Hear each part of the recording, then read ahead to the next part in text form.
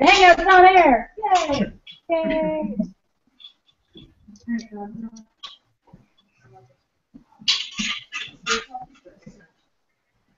So the first question that came up last night that we were talking about was, it's from Liturgy 1, and it's the interaction of fire and water. So I talked about it a little bit, but I think it'd be good to hear your guys' how fire and water interact in ADF liturgy.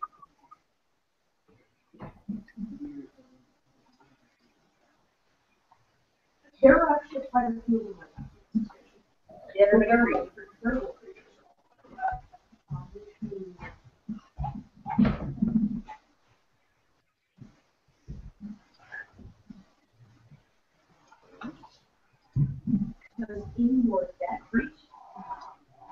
Can you hear me? Yes. Yeah.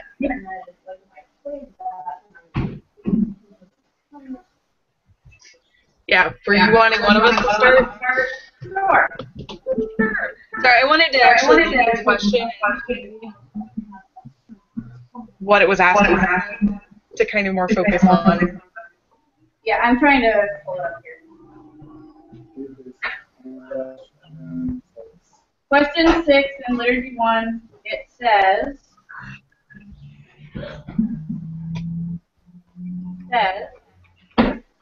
discuss the ritual significance of fire and water in ADF liturgy. What question? Liturgy 1, number 6. Number 6.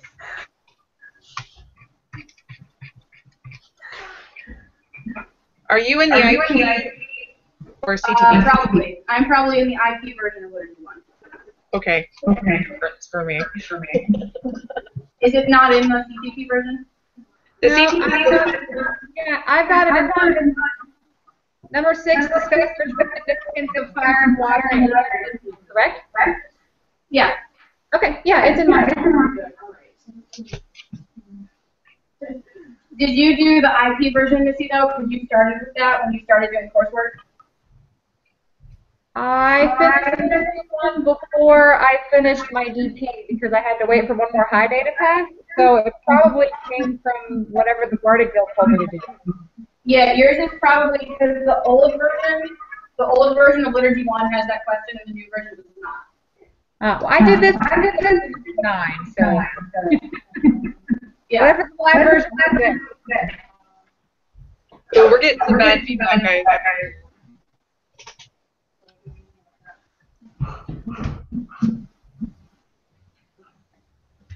For the CTP, the new CTP, it's question 8.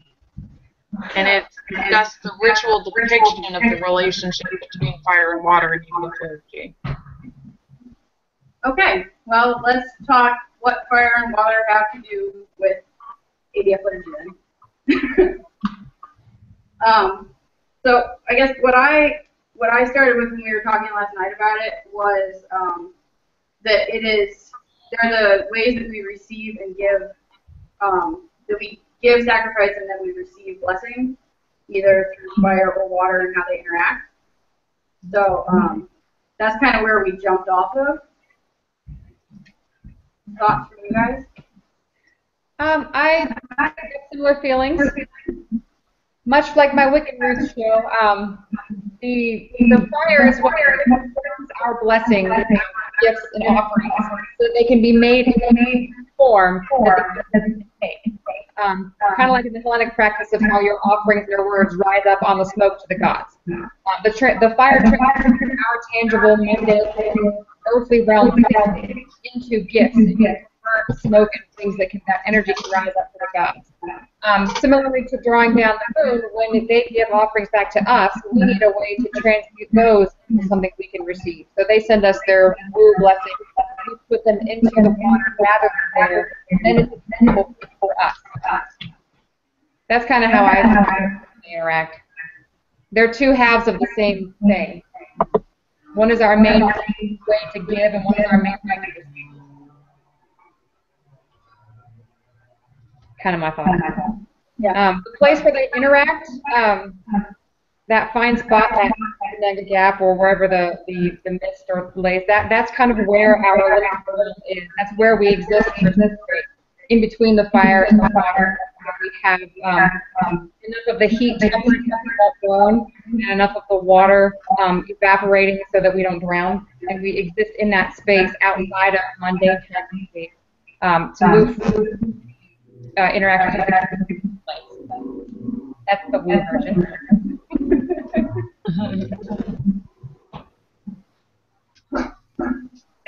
For me, and I understand. One of the things that I kind of see is the relationship between fire and water, especially in keeping it for liturgy. We kind of tap into those powers when we're doing two powers kind of things. But I did a lot of research on purification practices. So that's actually kind of me personally. I see a lot of the interactions that we do with fire and water. Yes, there's offering parts and receiving the waters, all that stuff. But something I found interesting and like to kind of look at and focus on too with the water and fire, how it helps purify us in those moments in our preparation. So that's kind of even a different look to add on to everything Missy was saying and what other people say, other perspectives. I took a slightly different track when I did mine, and I was doing it in the version. I referenced the two sides of the creative whole, as we see in the Norse creation myth. You have the fire of Muspelheim and the ice and water, of Niflheim that mix together and give us that creative explosion of energy. And so, looking at the relationship between them, I really see them as kind of a yin-yang energy sort of situation where it's the combination of things that gives us the chance of life, fulfillment, energy, however terminology you want to use that. Oh yeah. Well, and a big thing with that too is it's part of the sacred center. You have that internal fire and water. It's part of our sacred center. Not the whole part of it, but it's that it is that creative force that sparks life. Those sacred deep waters. I have a whole interesting thing I'm working on with that. I have a little article I'm eventually going to write talking about how that sacred center ties with the water within ourselves, with the fire and water and the tree. But it's just, it is within us. It is that creative force too. So I really like it. One of the other things that I've thought about when I was looking at the interaction of them is it's like one of the ways when you're doing the return flow is you have the waters, right? But then you're cooking them with the fire. So you're using the fire to put the blessings into the water, and so when they come together, that's how the blessings get thrown out, is the fire within the water, and the water as it reflects the fire into us. So that's like another thing that I've played with as I've been doing stuff. I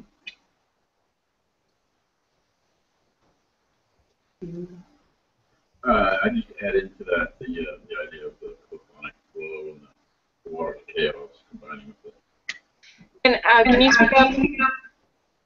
I just add to that the idea of the two powers, the photonic flow, keeping it flexible, rising up within us, and the stellar fire coming down into us, and that we are at that center within ourselves.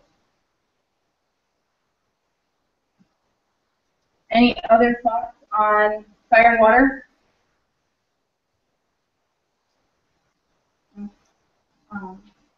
You have questions? I do. One thing, and it's just that I found confusing. I know that in the beginning, ADF, just worked with fire specifically, and then I started trying to track how the gates became incorporated into liturgy, because I would really like, and I've been looking because of number 7, discuss the origins of fire, well, and tree, and the significance of each in ADF. And I know the significance as being, the gates and those being how we send manna to the kindreds or receive them. But now, what are the origins of them? Like, is it just from a survey of different myths? Like the shamans of the pillar with the world tree and how, man would climb them, or is that kind of how it came to be, or is there any specific origin that is asked for specifically in this question? When I answered the question, I answered it from the point of view of the myth. Okay. So I went, here's where fire came from in Greek mythology. It's significant in ADF because it's part of our sacred center. Here's where the well came from. Here's where we see it with Charon and the underworld waters, and here's the lake of memory and stuff like that. And it's significant in ADF because it connects us this way. So I went to the myths when I answered it. Thoughts from you guys? Yeah, we need you to speak to the microphone. I'm sorry. So I answered it from the point of view of the myths. So I said, here's where the fire comes from. In Greek mythology, it came from Prometheus, and it's significant to us because we received fire so that we can make sacrifice and give back. It's part of our sacred center. Yay, Missy, thank you. She posted the source for reference. I talked about where the well comes from and where the waters come from in Greek mythology for me, which was Charon, the lake of memory, all the waters of the underworld, and how that connects us that way. And then I talked about the pillars that are seen, the omphalos, the mountain, and the connections in mythology. Yeah. Do you guys have any other origin things for where they come from? Well, you have it in the Norse mythology too.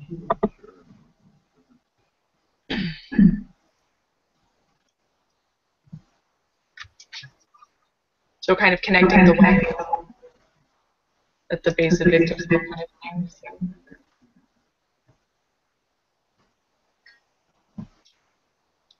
I didn't want to be this one. Yeah, that's kind of like we see how the water, the wells play a big part in IE culture, generally speaking. I used to see it in Ireland today, all the paper wells and whatnot. But I even looked at the whole, the wells at the roots of the Yggdrasil to feed the tree kind of thing, that sort of thing. That's where I well, and for the world tree portion, again, I went back to the lore, to the Axis Mundi. You're looking at Eliad, kind of thing. So. Okay, so it seems like it is more of a correlation to how that relates to the myth and not how it relates to the structuring and development of ADS specific. Well, not structuring, but like how, at one point they were not part of the core order, and then how, so it's not looking for that, but how it relates to myth. My understanding from the question is that it's how it relates to myth, not so much like ADF history. Okay. But that's how mine was reviewed, so I assume that's as close as we're getting to the point of the question. Right. To me, why are we using it in ritual? What is its significance in ritual? We're not, in that history in ADF specifically, why do we keep it? Why is it important? That help? Yeah, definitely. And that was the biggest hang up because I was like, I don't really know the history, but I could find it, maybe. I don't know. So. Yeah. Well, you could always just ask online, like on the study list or something, because somebody who's been around for a really long time will probably give you a lot more history on that in ADF specifics. Yeah. I just posted 2 links to the past issues of Druid's Progress that we have. There's some information in there that has to do with the way that Isaac viewed some things. If you read that, that will give you a lot more about the history of where we came from. They're the bottom 2 just posted the Druid's Progress at adf.org. Druid's Progress 1 and 2 are the 2 links there. There are more in the also, but if you look for the history of how it has evolved, I would highly recommend reading through the Druid's Progress, because those will give you some information about that. Okay, thank you. You're welcome. There's one other publication that was required for Liturgy 1 that we don't have anywhere anymore. I'm trying to figure out what the name of it was, because I have it and I can send it to you. Do you know which one I'm talking about? I'm going through my works cited and seeing if it's. Is it a suggested text? Which one are you looking for? Todd Covert wrote something that we used to have to email to each other back and forth because it wasn't on the website anymore. Oh, I don't know. It's been removed from the list of sources too. Well, it's a very good article, and I'm going to send it to you anyway. Okay, thank you. I think someone had to have found it or had it, because I had someone in the Schoolology course ask me about this article, and I was like, I have no idea what you're talking about. For years, we've been sending it around to people. I actually talked to him once. It's called Elements of Ritual Composition. Is it in the source materials Dropbox? It may be. Let me make sure that it is.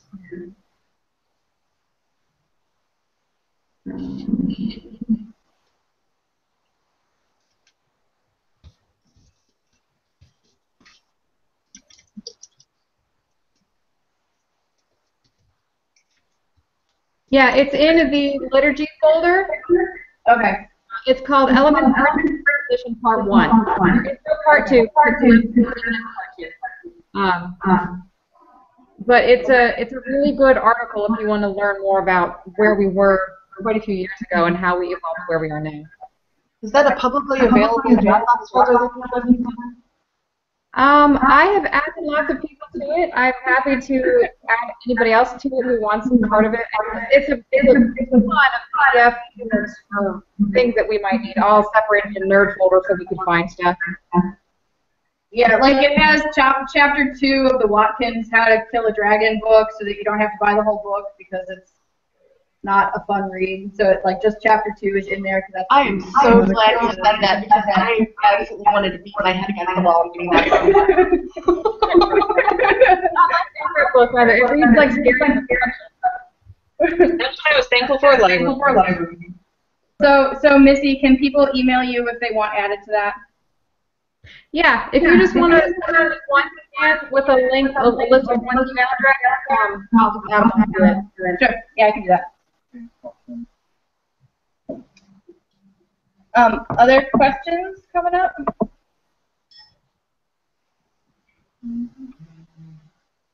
Going through here and looking at my questions.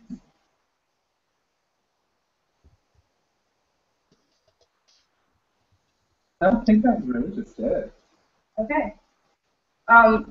Laura, I know you're working on ritual mechanics. Are you also doing liturgy, or are you just ritual mechanics? I think you're still muted as well.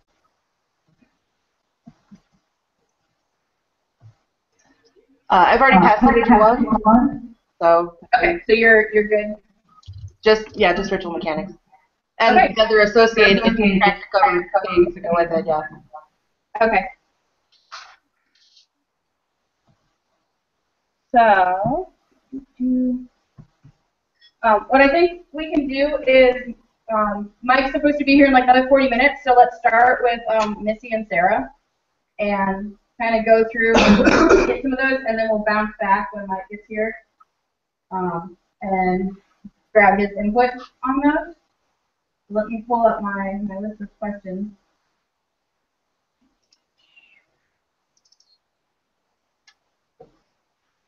Ritual mechanics is part of the CTP, and it's some of the questions in there ask how does an active ADF priest do thing 1, thing 2, thing 3, thing 4. Okay. So it's part of the CTP. It's not part of the IP. Yeah, that's definitely. Yeah, it's very beneficial. It's useful to look at those different ways people do things. So I'll start with Sarah. So the first question is, how do you light a ritual fire? What actions do you use, and what prayers or magical work do you do? Well, this is a fun one because part of what I do, let me get a little bit comfortable.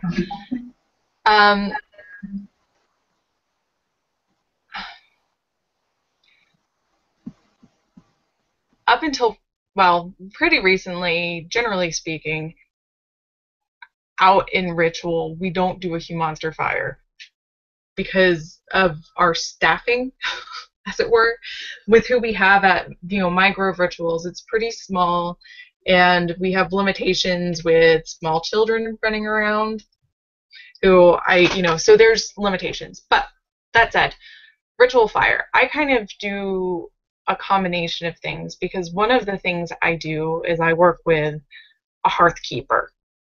And to me, that's very much a part of my ritual fire and what I do with the magic there. So there's the joining of the fire to the central ADF fire, which somebody wrote a song in Oak Leaves a little bit back, like several, I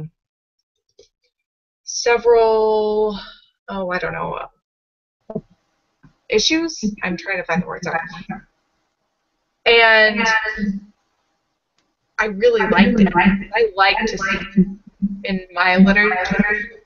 So I decided to try that out. Can we hear it? Do you want us to hear it? Yes. Yeah, I've changed a little bit of the tune because I changed the ending, just the way it went. But it's, I'm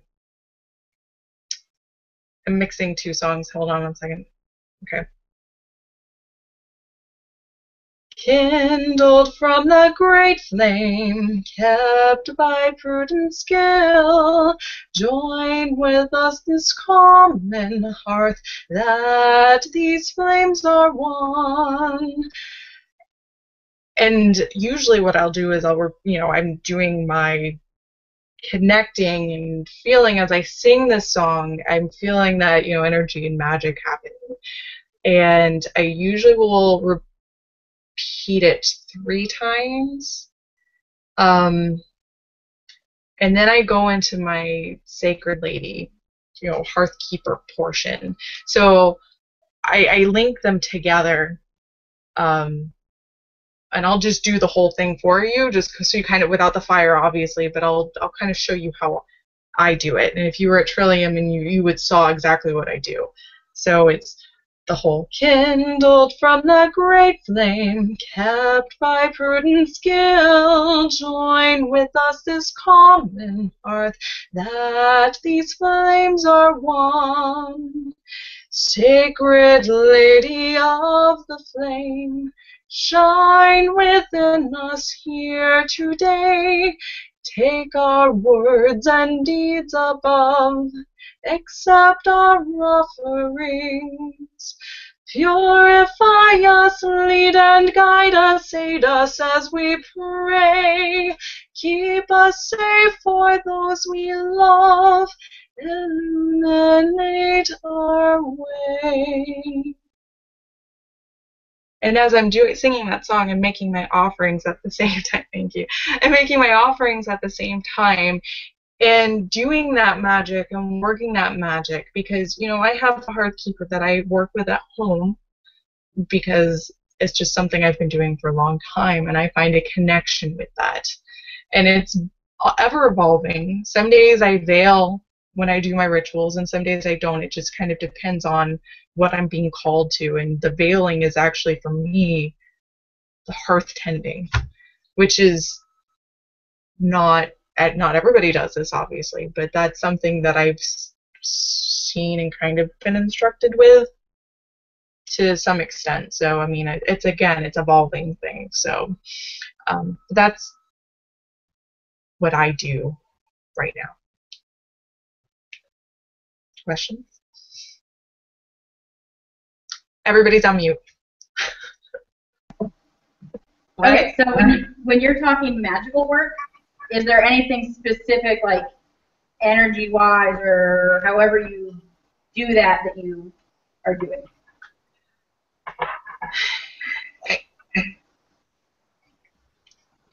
I don't know. I mean, yes, probably. It's more of a feeling. It's feeling that connection, making that connection within myself, and using the music to also help make that connection and build that energy, tie it together. I don't really.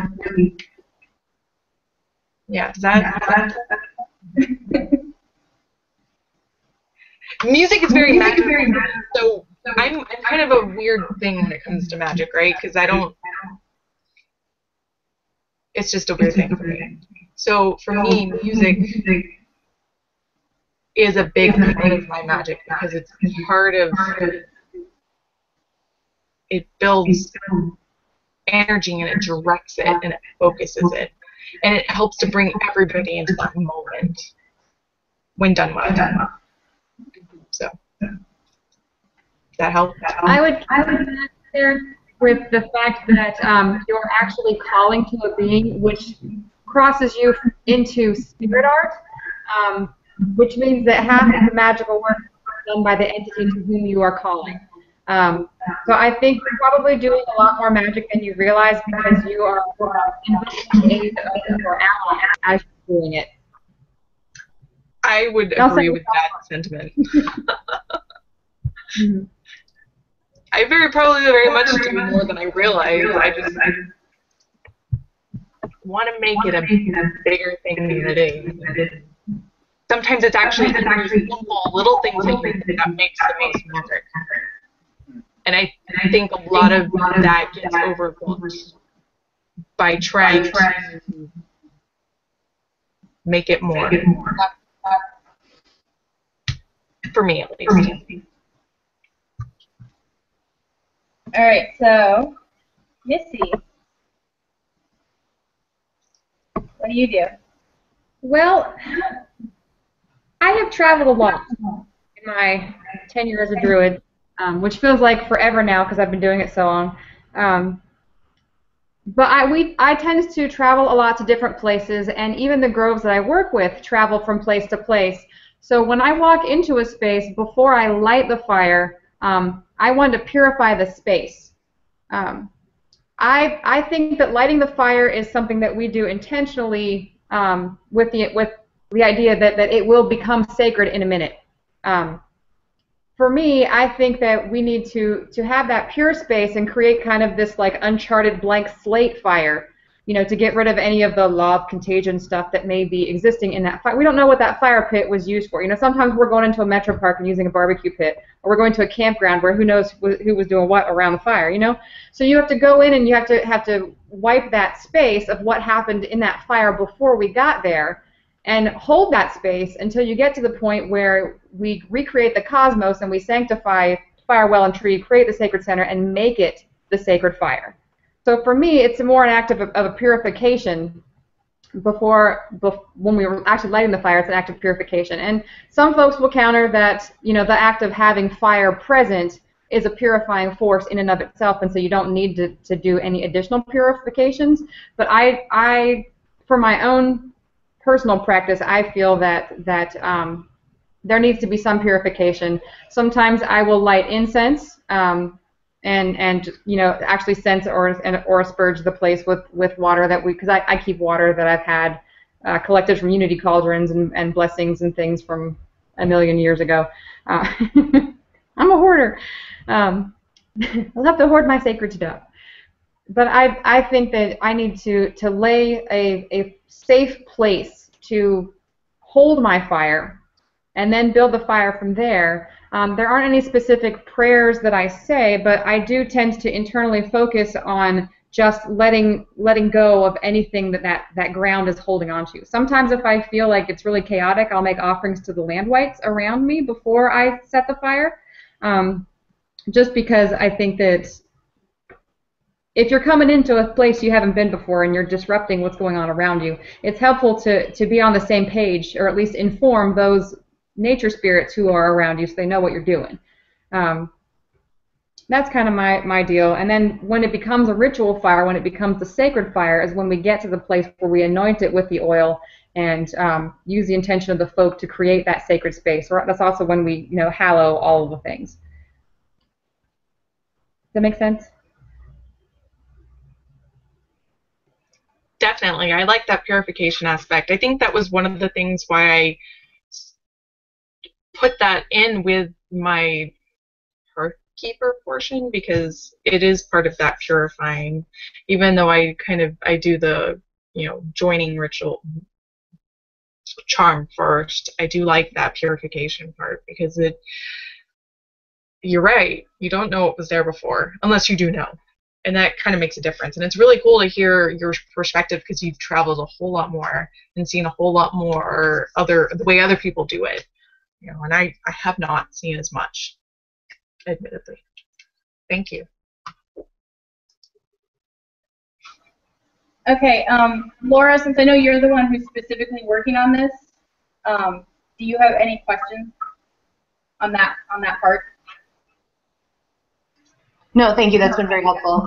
I'm taking notes, and then I'm doing them in a Google Doc, so I'll share them with you guys, so then you can edit if you want anything changed, and then I'll make it public.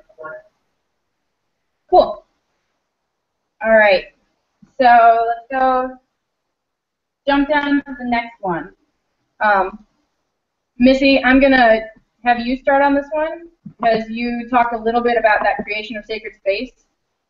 So this one is, what method or methods do you use when recreating sacred space? What do you do? Why do you do that? And are you doing any specific magical work?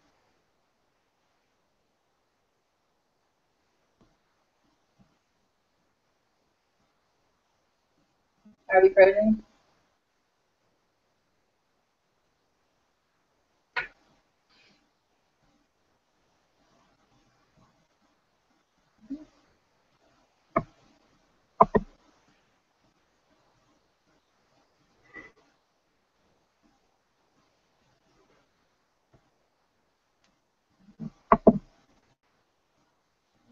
Are we frozen? Can you hear me? Yes, no?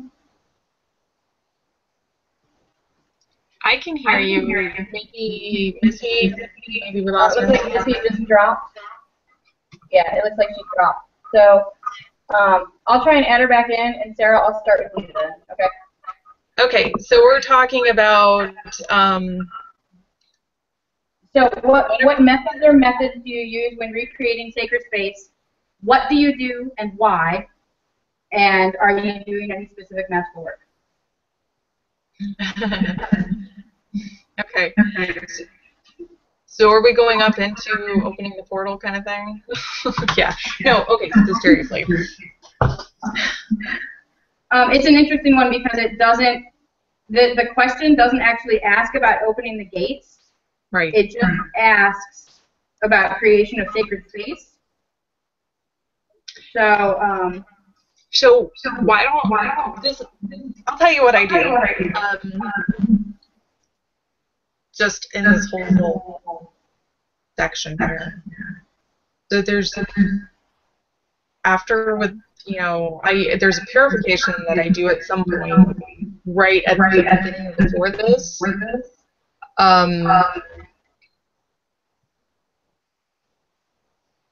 Which, again, I've written songs for a lot of these things, so I sing a lot of this.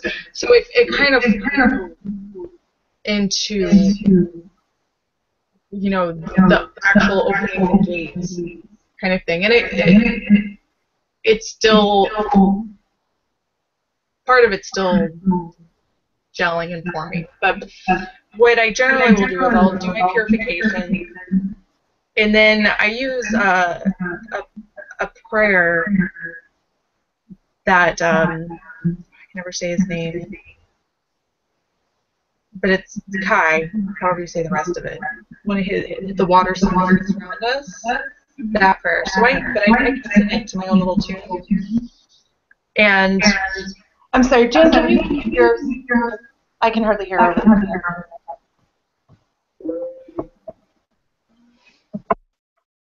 Yeah, sorry. That helps. Yeah, a lot of feedback. Anyway, Trey, so I do that whole, the water support and surround us. The land extends about us. The sky stretches out. The water supports and surrounds us. The land extends about us. The sky stretches out above us. And at the center burns a living flame. And then, continue into that. Let us pray with a good fire and all of that. And then it varies depending on what kind of ritual I'm doing and what the hearth culture is. At some point, I'm sure I will have a song for this as well, because that's what I do. But then I'll do that joining of the fire, well, and tree. I'm trying to think. Sorry, I was just trying to think how I was doing this last one to give you a specific example. But any which way, if I'm doing a Norse specific, I actually try to touch into the wells themselves and feel like that connection with the ancestors and the deep realms. And that's where I kind of focus on when I go into, with connecting with the well, offering silver, that sort of thing. So feel that energy pulling through and up kind of deal. And for the fire itself, I love working with the fire. But that, for me, I don't necessarily say any specific prayer, but I do talk, I do have prayers that I say to the fire, because the fire as that connection, like Hestia is the fire, but she's also kind of, you know what I mean, also hearth keeper. I ask that fire to, bring our words and deeds above kind of thing. So that's part of it, and I give offering to that, to the fire as well, because it is bringing us and connecting us to those powers of order. And so that's where I kind of pull that order chaos, the waters with the, the wells of chaos and that, and I connect to the order. And then the tree connects it all. It's that axis mundi. It's that, connecting beam that connects that whole sacred center. So it's bringing all that together. And then I work with Heimdall a lot as my gatekeeper personally. So I've been working on, I made a song for him, and I do have a little song that I do now that is part of building up that energy and offering to him and asking for us, to aid in that magic of opening the gates. So it's like, we pull that sacred center and we're feeling that sacred center starting, to come together. And then, it's the opening the gates between the worlds and connecting all the sacred, they're all connected in one spot. So I think that covers everything. Do you have questions? Please ask me questions now. you have any questions. I mean, it is a lot of magical work in that you're seeing it and you're doing it and you're connecting and doing it, focusing that energy to open those gates and to connect to that sacred center. It's all together. So, questions? Do you need to expand on it? Do you do anything with the recreation of the cosmos through sacrifice? Do you tie that in at all?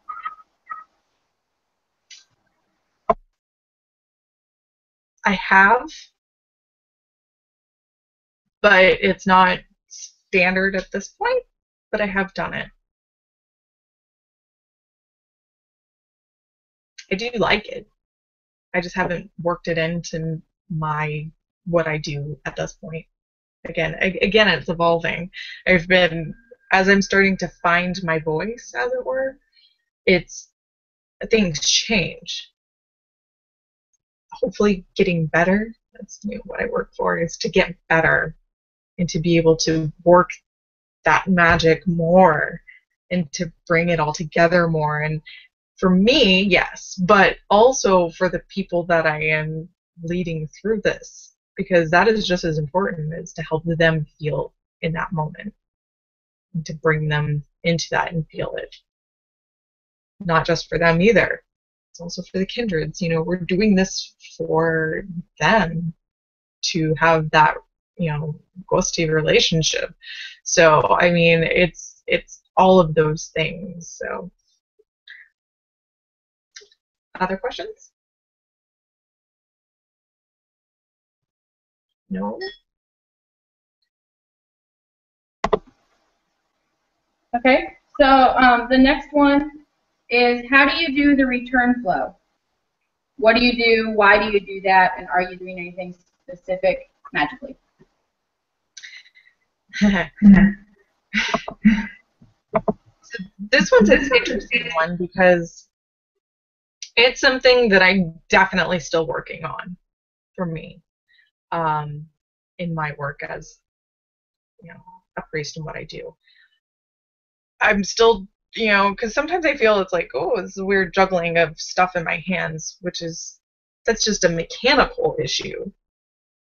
But energetically, magically speaking, as I was saying earlier, something that I was getting the feel I should be doing, and then I saw somebody else do it, and I was like, wow, okay, this is really cool. I basically feel those waters of chaos and that power of the wells and the ancestors coming up into the vessel with the waters of life. Usually that's, when I do the omens for our grove and our ritual, I usually ask for a blessing from each of the kindreds.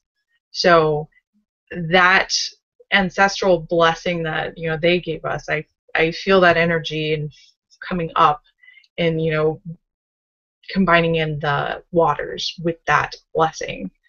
And then conversely for the shining ones, through the fire of order coming in and filling it.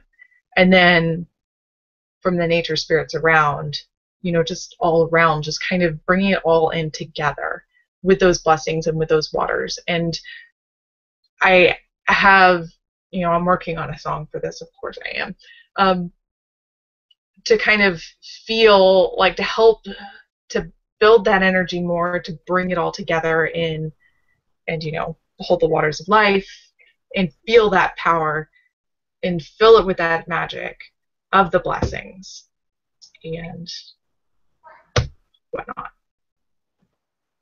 So, questions? How do you divide out the calling, hallowing, affirming? Like, for me, they tend to all mash together in the same return flow. Do you have a delineation of how that looks? They kind of mash together. It's like,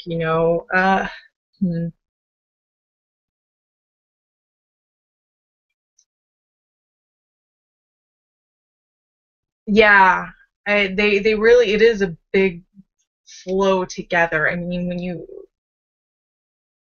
when I'll call you call for it to come up, for the powers to come in, and then you're like, that's the calling for me. Is that the question? I think it is.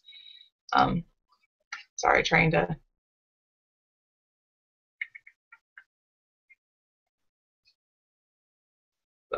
Oops, sorry. Trying to figure out where. I want to see the question real quick. Yeah, so that to me is the calling it together, calling that blessing together. And then the hallowing and affirming are all kind of like, it's all just kind of together. I don't know that I really, I mean, it is separate in that it is, behold the waters of life, and these are, our blessings, and if you wish to receive them, all that stuff. So, I mean, again, it is very much a work in progress for me on this part, because it's one of those things, if you don't see a lot of other people do it, it can be like, well, I don't really know. How do other people do this? I know how I do, and hopefully it works, and it does work. It's just a matter of getting that practice and seeing others. So does that help? Does that explain that at all? And it does. It is really kind of, yeah. Missy, you want to jump in with how do you do the return flow? What are you doing and why? Yes, waters is my favorite part. I'll try not to geek out too much, but this actually is, I think, my favorite part of the ritual. Just because you've just hit the hinge of the ritual where we spent all this time sending all of our energy up into the gate so that the kindreds can receive them. At the hinge, we had the omen from the seer, and now the energy starts to flow back towards us, and it is at this time where you can actually feel the blessings of the kindreds as they enter our space and our lives, and as you can tell that we have built that relationship with them, and you get that affirmation that what we're doing is working. And it brings me a lot of joy to hit this part of the rite, because I feel like everything that I have done has been for a good purpose, because here's the reward that I'm getting back to that. Here is my positive feedback. Here is the other half of that reciprocity. And it makes me feel very solid in my faith in what I'm doing, which is all my personal stuff. Anyway, I do tend to make sure I separate it out when I'm writing liturgy. I will do a call for the waters where I like to separate in my old age, since I've evolved as I've been working with this. Where I am now is the groves I've been working with, they tend to call 3 omens, 1 from each of the kindreds. So what I do is I'll specifically state, ancestors, may your blessings well up from below. You have offered us this gift, and list whatever it is that the seer said the ancestors were going to give us. Call it out by name and call them to send forth their blessings into our vessel. And I'll do that with the nature spirits and with the shining ones as well. And then I sing a little song over whatever vessel we have, whether it be a horn or a pitcher, and then behold the waters of life. And I actually, we've hallowed it, we've called it, we've hallowed it. Here it is, and then we all will imbibe from it, and then say, you have received these blessings. May the mark of the kindreds be left by your touch, or some other such thing. But I try to make sure I include all 3 of those parts, because I think that if you have one continuous whole and you make sure you include all 3, it will feel like you're doing all of the same thing. But it's very well rounded to make sure you include all 3 parts. There are lots of songs that go with this part that have those words specifically in them. If you're not really sure what to say, there are some groves that just sing, which makes me happy. Especially when some of them sing songs that I know, because if you walk into someone else's space and you get to sing with them, that brings a sense of community that I enjoy. Sometimes I will intone. I'll have the folk sing maybe tone and awen, or just tone regular, normal sounds. Invite them to Druid home if they don't want to sing, just to get the folk involved in channeling that energy that's coming down and pushing it into the waters with our intention.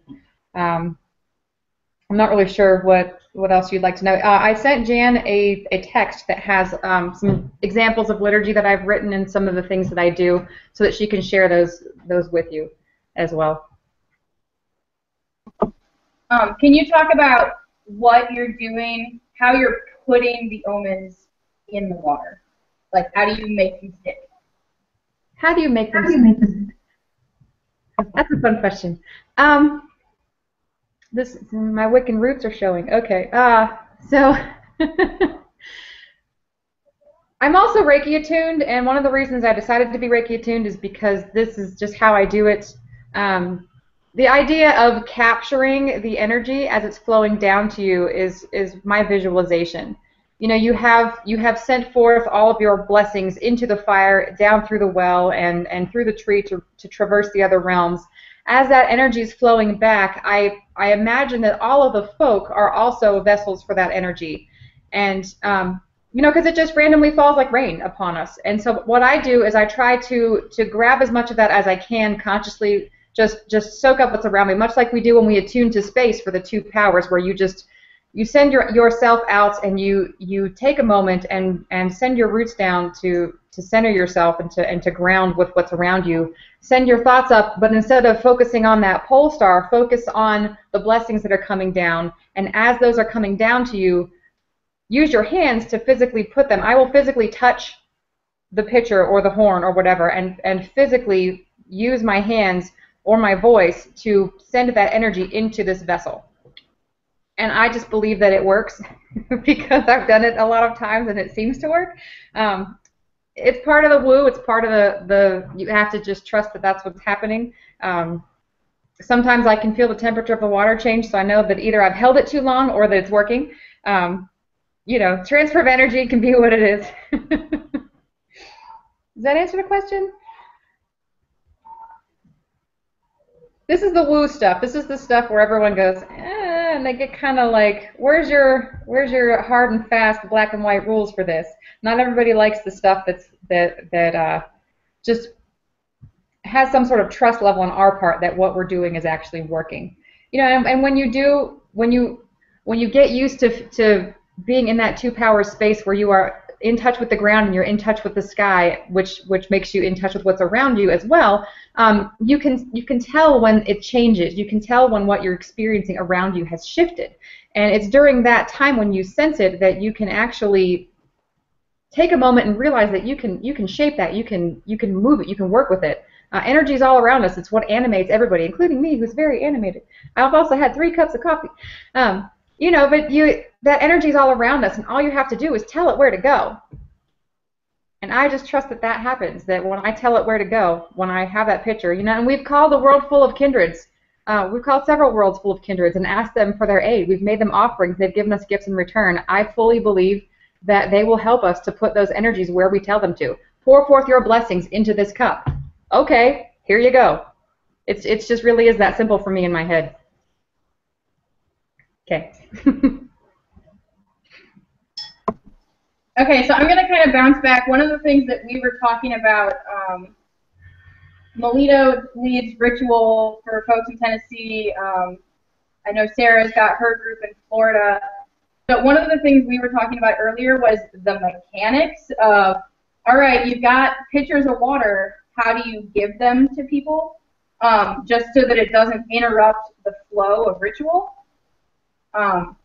So, Missy, I'm going to jump back to you because you've seen a lot of different ways of doing it and have been in different sizes of ritual. So if you can kind of touch on just the mechanics of how making sure that people don't disengage as you're trying to do that. This is actually one of the things that is most important.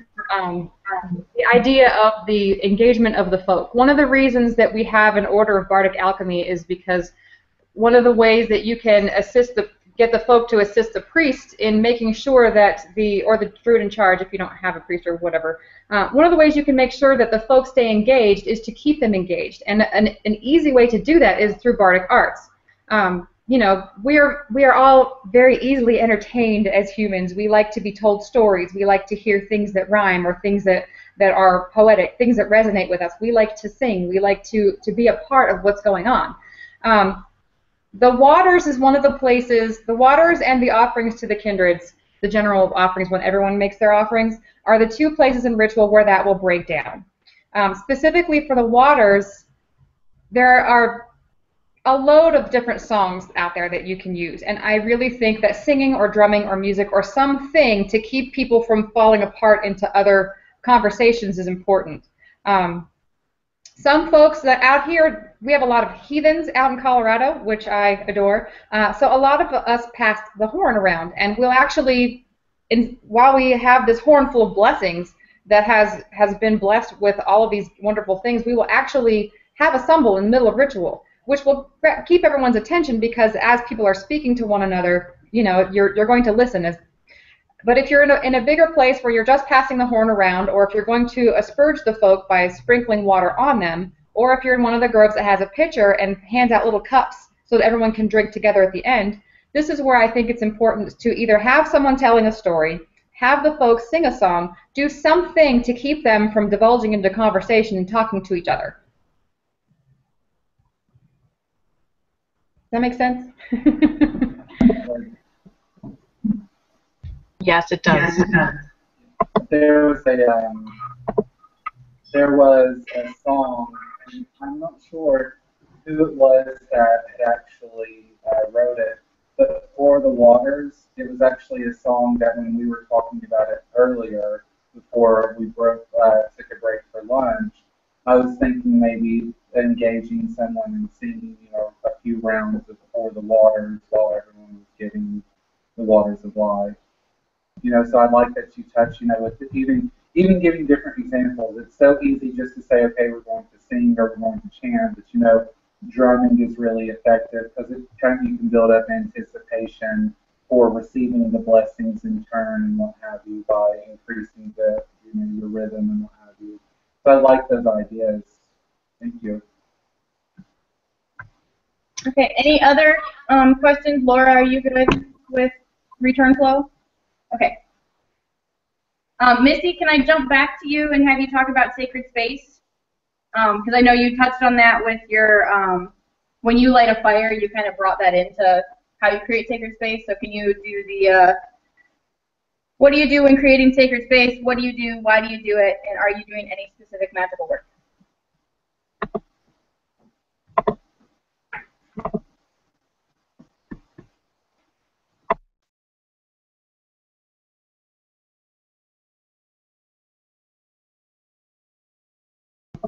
You're still muted. Missy, you're muted. It was the mind part. You're supposed to get something. No. Okay, so this is a place you have a bowl of water. You have a stick, a pillar, a tree, some central thing that's vertical. You have your fire in front of you, whether it's a candle or whether it's an actual giant fire in front of you, and now you want to hallow it. You want to make it sacred. We want to set those apart now so that those can become the gates so that we can reach to the kindreds, which is, I know, the part that we'll talk to next. In order for that to happen, though, much like when you're blessing the waters, you need to sanctify those things, to set them apart. There's a prayer that Kai Sereth has in, I do believe it's Deep Ancestors, and it says, may I be made pure that I may pass through the holy, may I pass through the holy that I may attain the sacred. And the idea is that we start with a purification. We purify those three things. We have this water that's in this vessel that doesn't get used for anything else. We have this fire. We have purified the space and built a fire. We have this pillar that we have set apart and decided that it's going to be sacred. So now you want to pass it through the holy so that it can attain the sacred. So you make offerings to it. We hallow the fire with oil. Some people use incense as well. Some people actually throw fresh herbs onto their fire in addition to the oil. But you make an offering to it to tie it into that energy of creation, that energy of making it so. We put silver into the well. Silver is a very important part of hallowing things because silver is one of those things that will leach into the water and it will make it it will make it pure. It will actually has antimicrobial properties and will kill whatever's living in it. It's one of the reasons they used silver water to treat wounds back in, whatever million years ago. And we will sense and asperge the tree with fire or with incense and with water, much like we do when we're creating sacred space for our actual ritual space, or when anytime that you're doing a purification, we purify by smoke, we purify by water. The idea is that those things will wash away whatever is stuck to you that is holding on to any potential negative or cross purposes. Not necessarily negative, but things that are counterintuitive to what it is that we're trying to do.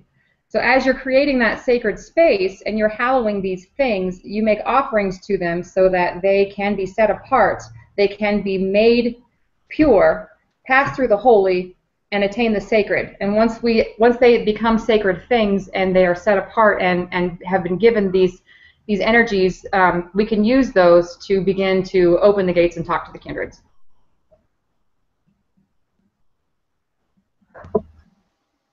So one of the things that I asked Sarah as well, do you do any of the kind of jumping into recreate the cosmos? Do you do any sacrifice to recreate the cosmos?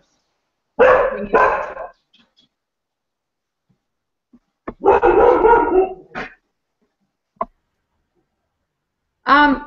Yeah, we put oil in the fire, we put silver in the well, and we sense and asperge the tree.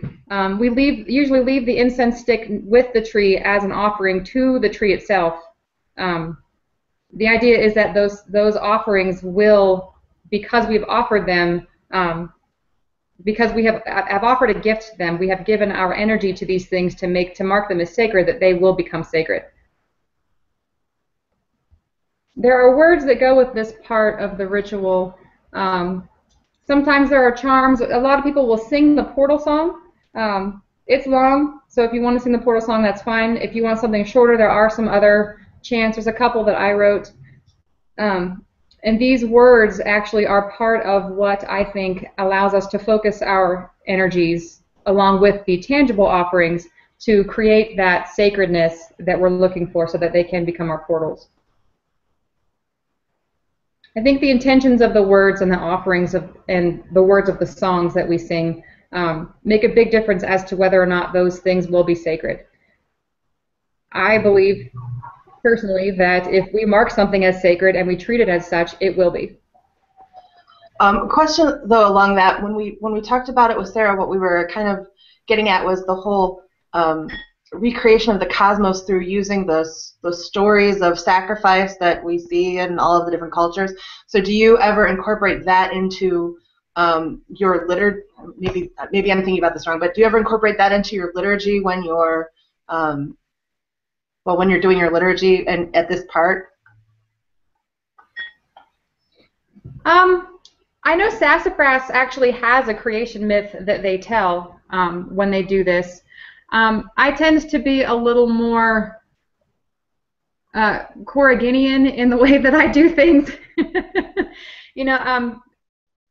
Sacred fire, fire of life, fire of light, fire of inspiration, fire of transformation. May this fire be tied to the fire of the gods, the fire of the ancestors, whatever.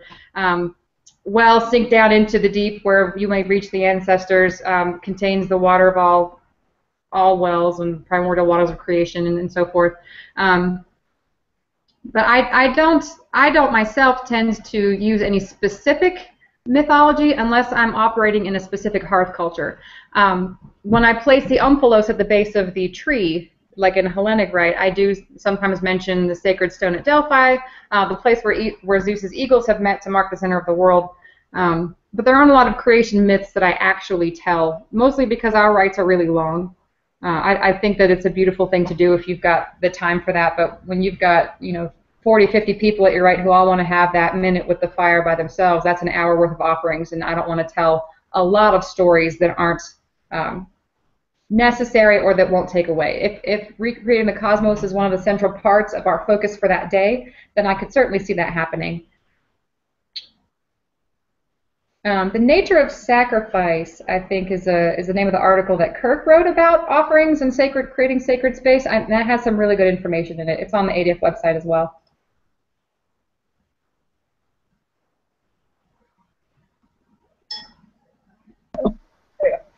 Okay, so I'm gonna jump over to Mike, who's here now. Hello. So he can jump in. We're doing what method or methods do you use when recreating sacred space? What do you do? Why do you do it? And are you doing any specific magical work? Okay. So for sacred space, I only caught the last half of what Misty was talking about, but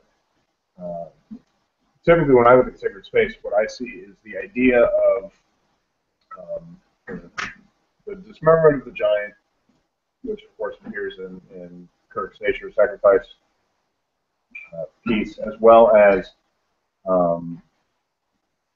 the idea of the fire at the center of the worlds and things like that, the wells, the eye and mouth of earth, all that sort of feeds into it as well.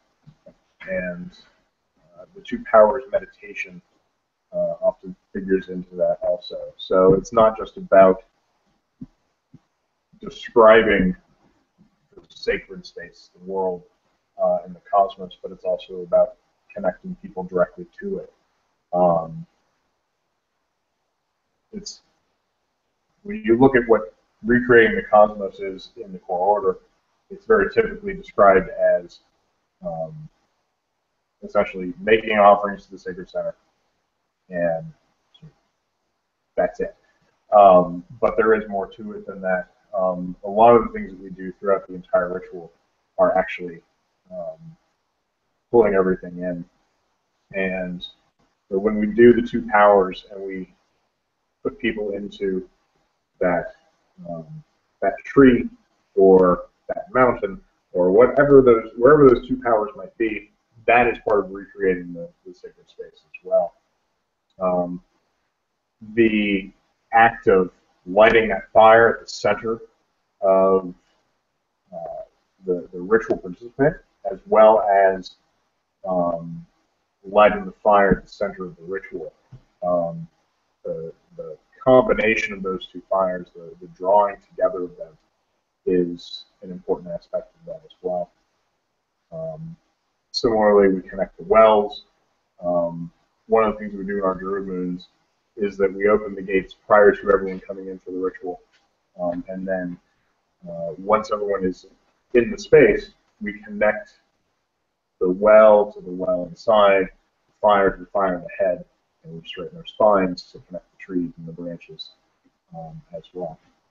So when you recreate the cosmos, it doesn't necessarily have to be elaborate, it doesn't have to be small either, but it needs to not just be pretty words, not just be offerings, but it needs to connect people from where they start, where you want them to be, where they end up. And all that has to sort of line up, not only in the ritual space, but in the ritual participant. The key aspect to that, I tend to think, is as you're doing it and as you're saying it to people, is the concept of making sure that you're seeing it as well. Because if you're not seeing it, if you're not doing it yourself, then you're not doing it right. You can't experience it, and no one else can experience it if you're not experiencing it. So when you're doing the work, you have to make sure that you connect not only those three sacred centerpieces, but also each individual to them, which is, I think, the primary magical work. I don't think we've told a story for a long time about the creation of the cosmos. I did one at summer solstice, Yeah. when I told the story of Atlas becoming the mountain. Yeah. But that was, I think, the most... So it's been a year since we've done that. It's been a year since we've actually told a story. We did. It's spring equinox. I was chasing my friends. So I missed that one entirely. But yeah, that's something that we should. I've been trying to get back to pushing. Yeah, and it doesn't have to be elaborate. It can be actually pretty simple. The ancestor prayer that I put together that a lot of people have seen or used, where it talks about when the world was created, your eye became the sun, your mind became the moon, your blood became the sea. It doesn't have to be more complicated than that. It's just saying, the wells, the repositories, the blood of the giant flows, and as it flows, so the waters flow. The fire is the fire in the head of the giant. It was plucked forth from his eye and placed here. The tree is his spine, standing erect, just as our spines do as well. And that's probably more than enough to cover it. So it doesn't have to get elaborate, it doesn't have to get deep, but you can hit on those poetic formulae to make them make sense. So does that answer everyone's question? Missy, looks like you're going to... Yeah. Since you had asked about what the people do is what's going to happen a lot. One of the things that I've seen people groups do is they actually will wait until they're recreating sacred space to physically light the fire and fill the well from a pitcher. I've seen that done. Sometimes they will be telling stories as they're doing it. Sometimes they're mostly just talking about what they're doing. I've seen people do those actions quietly and with, the intention of a sacrificer as the folk are singing a song like the Portal song. It just really, it's a whatever makes it more real for you and for the folk, so that it can be, like Michael said, something that ties everyone together. I think, like I said, I think the intention of what you're doing is a very important part. Just being intentional about blessing the fire and marking it as sacred with your intentions, with the respect that you have for it, with the relationship you build with it each and every time. You rebuild that respect, you recreate the cosmos, you reconnect yourself, you reconnect the folk to those sacred spaces, that they may become our centers and may become our gates and may carry us and our voices to the place where the kindreds are.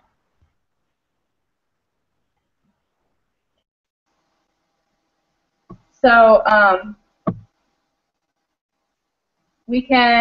let's jump forward, since we just talked about sacred space, and go down to how do you open and close the gates? What do you do? Why do you do that? And are you doing any specific magical work? Sure. Sorry, turn on. Yeah. I've been a fan of Kirk's spinning and ripping the worlds apart for a long time. It's very good, very theatrical. It's fun to watch. It's fun to try and do. It is not easy by any stretch. I have more than once made mistakes while trying to do it, either falling over, falling into people, as the case may be, or at the very end, opening the gates instead of closing them because I forgot where I was. So it is difficult, and it's certainly not something that you should try to do first off, but it's nice and very visible and easy for people to really get into. If you haven't seen him do it, essentially he makes an offering to the gatekeeper and goes around the circle saying, "Open the gates, open the gates, open the gates." Everyone else joins in that chant, and then he starts to spin in the same circle.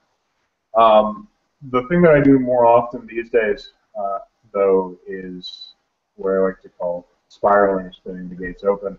And it's a very simple hand motion for the most part. It's standing in front of the gate and then doing something like that, which is Ashra, or doing a simple spiral with the hand as you open that gate. The key to opening the gates in all cases is, of course, actually seeing the gates open yourself.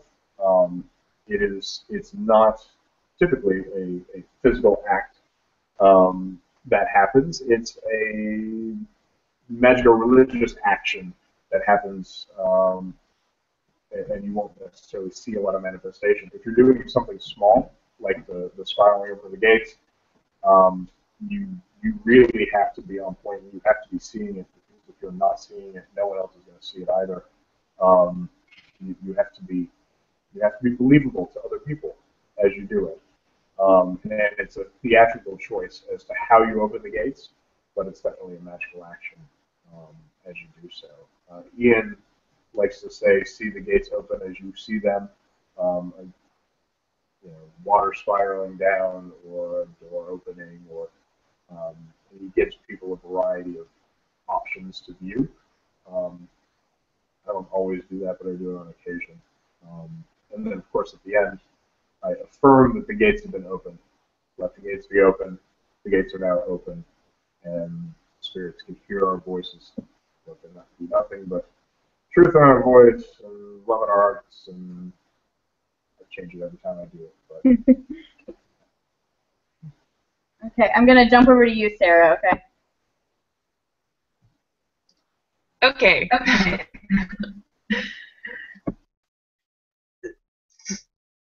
So, generally speaking, I do, well, I'm going to just back up and say what Michael said about Kirk. Watching Kirk open the gates is really cool. And the first time I experienced that, it was like, oh my goodness, because, I hadn't really seen a lot of other ADF ritual at that point in time, so I was just like, whoa. So it was a really, really cool thing. So if you can see it, do try. But for me, again, this is an evolving thing. As I said earlier, with finding my voice in how I do ritual and whatnot, it's about, it's been changing, and it's getting more musical as I go along. Surprise. And so I've been working on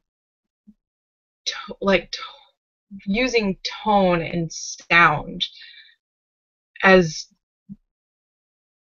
helping me and the people there and whatnot, and moving that magic in doing that opening of the gate. Yes, I will do like a spiral of some sort, and fire well opens the gate, and tree connect the worlds, and do the whole get into it with my body as well. But I'm also trying to use more sound and to have more of that to help me concentrate and focus that energy. And that's kind of something that I've been really getting into more and working with and experimenting with, because sometimes it is about seeing what works and what doesn't, because sometimes things don't work out the way you envision them to. So that's been an interesting thing, and I'll tie right in from calling upon the gatekeeper that I'm working with, and just kind of jump right into that whole, if I'm not doing one of my own songs, I'll do the portal song to kind of jump, start focusing that, gatekeeper open the portals. If you've heard the portal song, it's a good song for that. And then instead of, having people do the whole open the gates, because shy group that, the Florida peoples I've noticed are a little bit more like, I don't know. We'll just watch and see and not get too excited about, they get excited, but they're reserved. And it's okay, and it's great. So it's been interesting to kind of try doing that chanting of opening the gates, open the gates, open the gates, to get the energy built, and that not work out here. And that's, again, it's about experimentation. What works in Ohio doesn't necessarily work in Florida, and that just is how it is, and that's good. That's why it's so neat to go out and see other people and how they do their work, and see how their groups kind of work together. It's really cool. So that's kind of what I do. I just do that. It's evolved, watching what other people have done, and now kind of working more with sound as well. So. Okay, Missy, I'm going to jump over to you.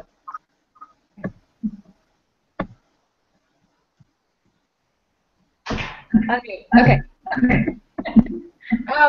Wow, I have seen many different and amazing ways to open the gates. When I do it myself, I tend to begin with a gatekeeper meditation, just because I was a crane for a really long time. When you rotate through hearth cultures and we're about to ask a being to help us in a magical work, I feel it's very important to introduce that gatekeeper to the folk. Describe what the gatekeeper looks like, and you get that from whatever myths exist about the gatekeeper, whatever's out there in lore and consciousness. Physically describe the gatekeeper in a meditative state to the folk. Introduce them. Make offerings to the gatekeeper as a folk together, so that you can already start working together to join your energy. I have not tried open the gates with the folk out here yet, because like Sarah's group, they're a bit more reserved when it comes to actually participating. So we'll see how that unfolds. But for now, we tend to describe the gatekeeper, make offerings to the gatekeeper, ask them to join their magic with ours. I'm a big fan of hand gestures. I tend to do a druid sigil, 2 vertical parallel lines, and then a counterclockwise circle when I'm opening, and then the 2 parallel lines and a clockwise circle to close. But counterclockwise is the direction of unbinding for those of you following along from the pre-Wiccan root days. It's just kind of something that I've always done, is just to unbind things when you're trying to open something. And as I'm doing that, I physically see, it's almost like it's cloudy and you're wiping away the fog so that you can see through and see that portal just becoming an open space between you and where you're going, like creating a window and then opening it and brushing it all away. Because if you, like Mike said, if you can't visualize it, if you can't see it, then you can't project it into the consciousness of the folk who are supposed to be seeing this with you as well. A little bit of theater, as Kirk would say, goes a long way. It makes a big difference. When you can engage fully in what you're doing, it will make the energy go where it needs to go, and it will engage the folk in helping you push that energy where it needs to go and meet that gatekeeper in that liminal space between the worlds. Do I have any? I'm looking over the notes. I sent Jan a document to give you guys so that you could have this all written out. I'm a big fan of the spinning also. I did not see the infamous knocking over of the world tree, but I have seen people rolled over, which is sometimes pretty epic and hilarious. Yeah,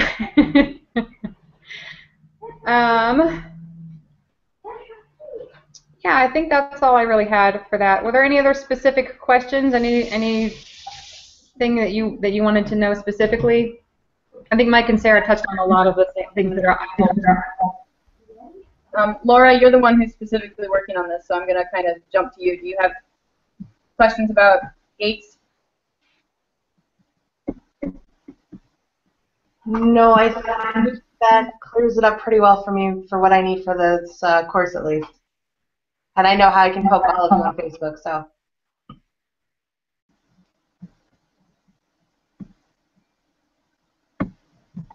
Okay. So I'm going to jump back up.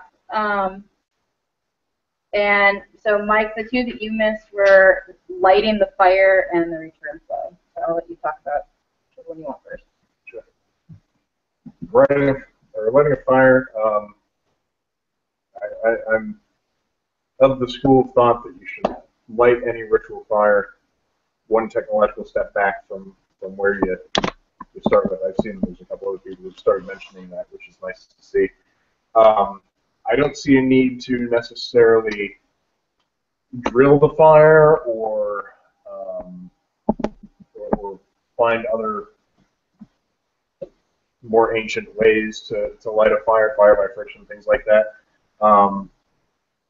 What I look at when I see the modern fire lighting, I look at accelerants and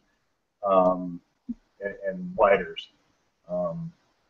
And I've heard lots of differing arguments on this, but yes, a butane lighter uses flint and steel, but it's a common, it's a convenient way. It's not difficult, and I prefer to go back to one step further, which is the matches.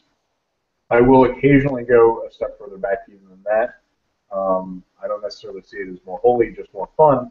To try and light fires with convex glass or water, as Jan and I have been working on recently, trying to figure out how to do that. Apparently, in Greek temples, sacred fires were lit by focusing the sun through water, through a glass vessel of water, and letting the flame that way, which has all sorts of really cool theological implications for us. Um, but I always pray over the flame, regardless of whether I'm lighting it in ritual or before the rite, and I typically light them before, just because it can be difficult to light a flame in ritual, and I'm not frightened by the difficulty, but I am respectful of the difficulty of doing so. And but I will say a prayer. I typically have 3 basic kinds of prayers, and they get longer as the lighting of the fire takes longer sometimes. So real simply, and I see that Janice pulled them up for you very nicely, but there's I use a lot of I frame it in a lot of general Indo-European theological terms. So I talk about how the fire has been born in the waters, kindled on the land, or the pillar of smoke towards the heavens, or as it says here, born in the waters, kindled upon the land, or the pillar of smoke that rises through the atmosphere and supports the heavens. This fire burns at the center of all, and may it carry our voices to the kindreds. And that's the short prayer. If it works really fast and everything's caught, that can be done. But more often than not, it takes a little while. So I will start to expand the prayer. I'll stuff more things into it. And the best way to do that is to sit around and read Vedic prayers to Agni. The more of those that you read, the more interesting poetic allusions you will find for fire and things that you can say to the fire.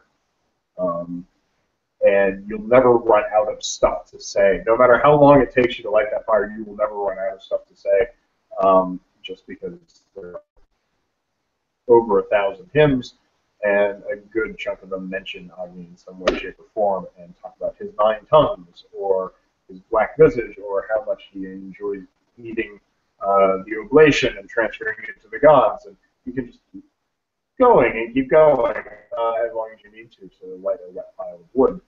It also helps sort of focus your intent and your energy on it.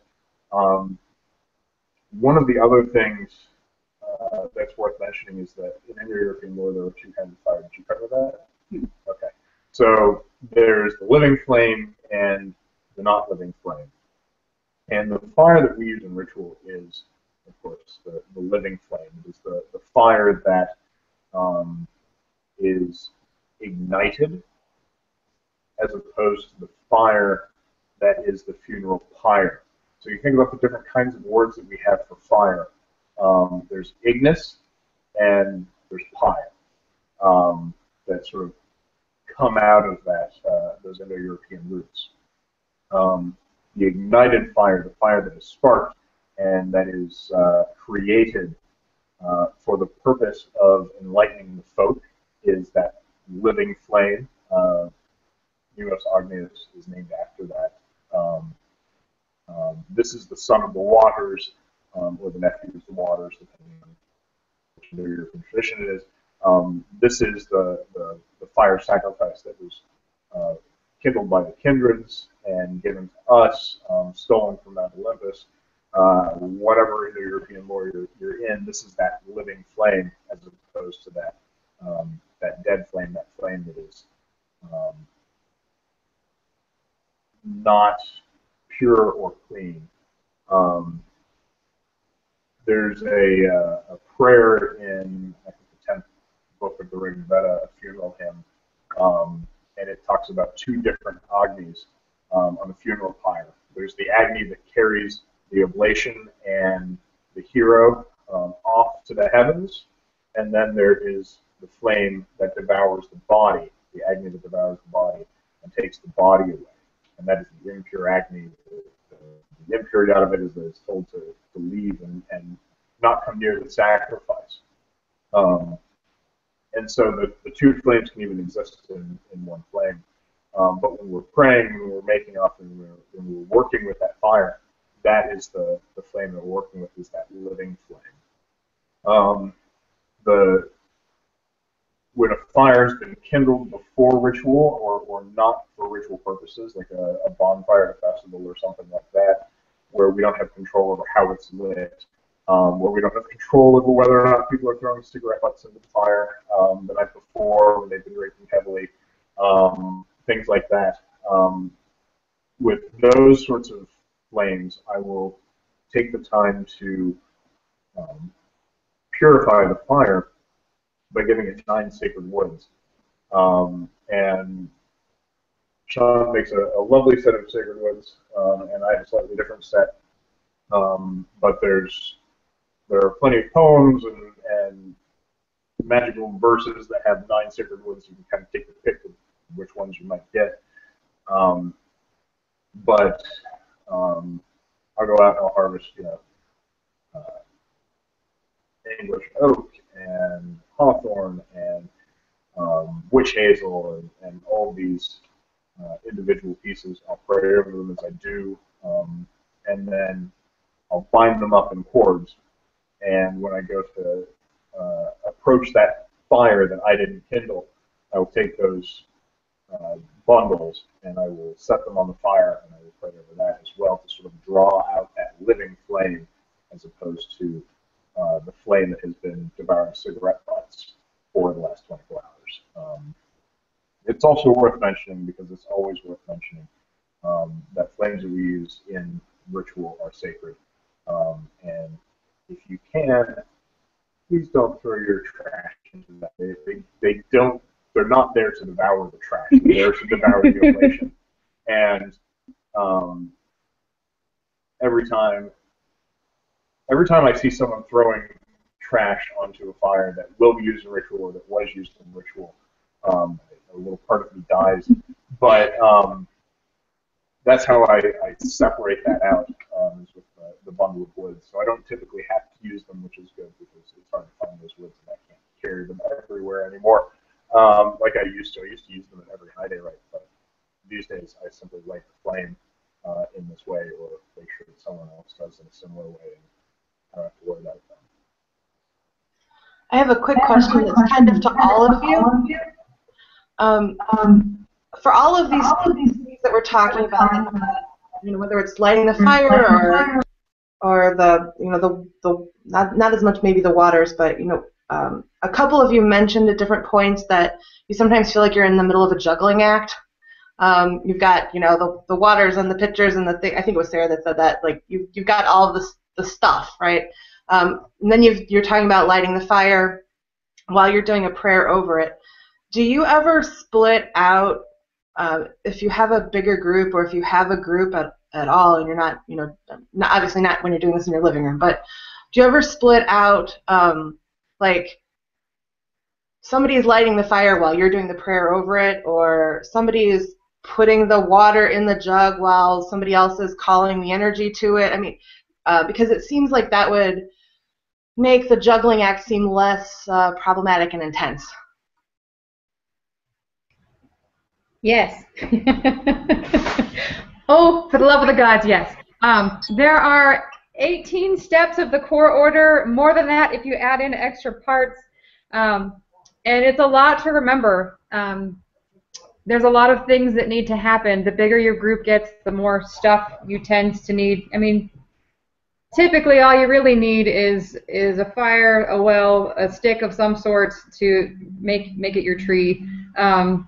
Some offerings and a bowl of water, but it doesn't always end up being as meaningful for us who host these rituals, because we have become accustomed to attaching ourselves to things. Many of us have horns that we use to pass the waters if we have smaller groups, and we can do that, or if we're going to host a Norse thing or do a stumble. Many of us have pitchers or bowls or other accoutrements that we have become accustomed to using because we've used them so much they've become our ritual tools. So you do end up with a lot of stuff. I'm a big fan. Since we've moved out, I just moved to Colorado, and they tend to employ a sacrificer. That is a person whose job is to remain in that sacrificial headspace and hold those intentions for the entire ritual. Pick up the offerings, give them to either the fire, the well, or the tree. As you are speaking the words, they are doing the actual tangible part of it. It's different to get used to because as someone who is used to making the offering myself, when I say the words, it puts a different spin on what your intention, what your focus is when someone else is doing the tangible giving. And I found that a lot of my vocal offerings are becoming a bit more intense because when you're focusing on just doing the one thing, that one thing becomes far more focused. But the sacrificer will tend to fill the pitchers for me and hand them to me when I get to that point. Kind of like having my own little sacred helper, sacred second set of hands, so to speak. And it does make a big difference in the way that you're able to execute things, if you've got a larger group especially.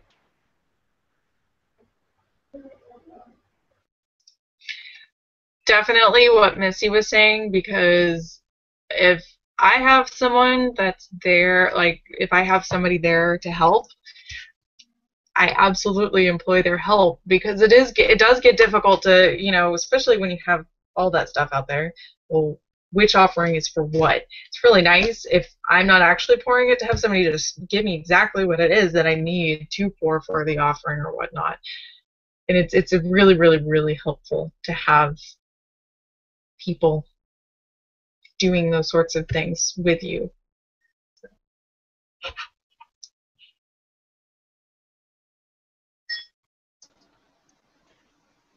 So in a lot of cases, we don't tend to pass off the pouring waters or have someone pray while someone is lighting a fire or something like that.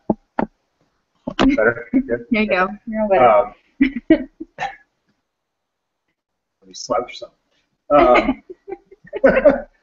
But what I have noticed is that the more hands you can get involved when it comes to making things bigger so that more people can see, the better off you'll be.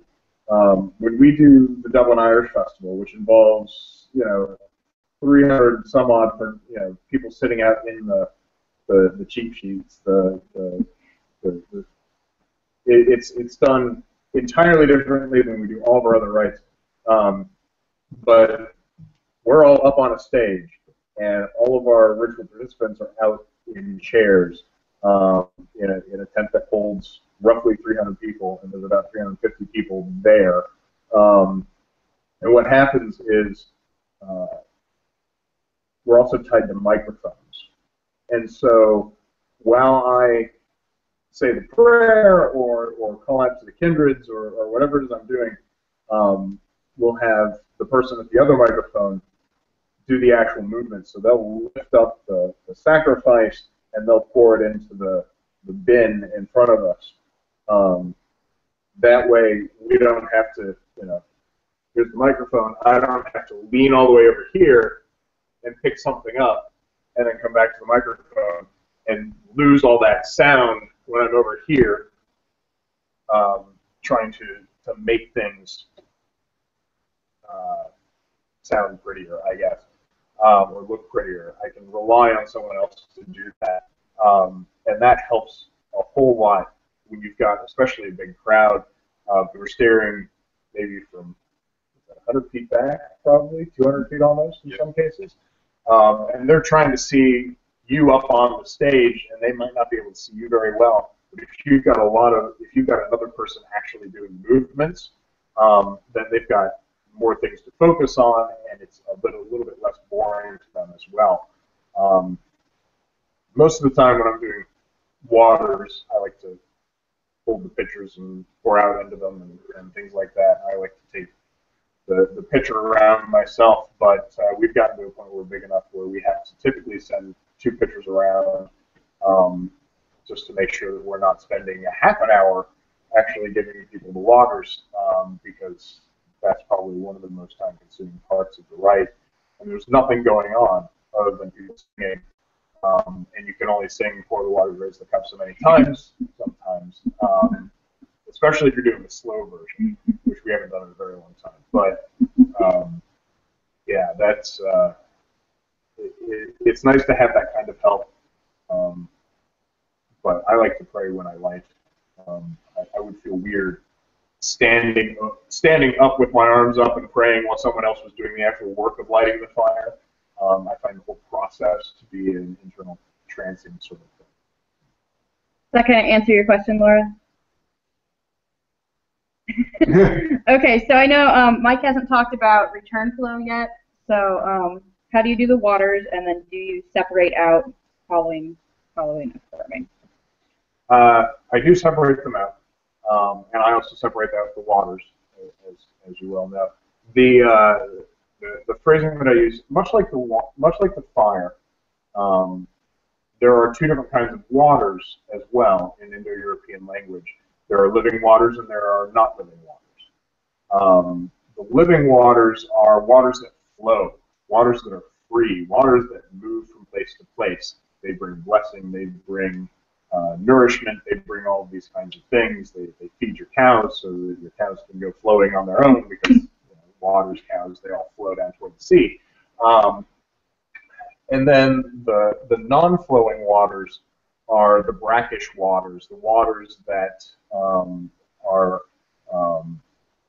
are still and unmoving. So if you think about a creek as opposed to the water in your backyard where the mosquitoes nest, those are the two kinds of waters right there.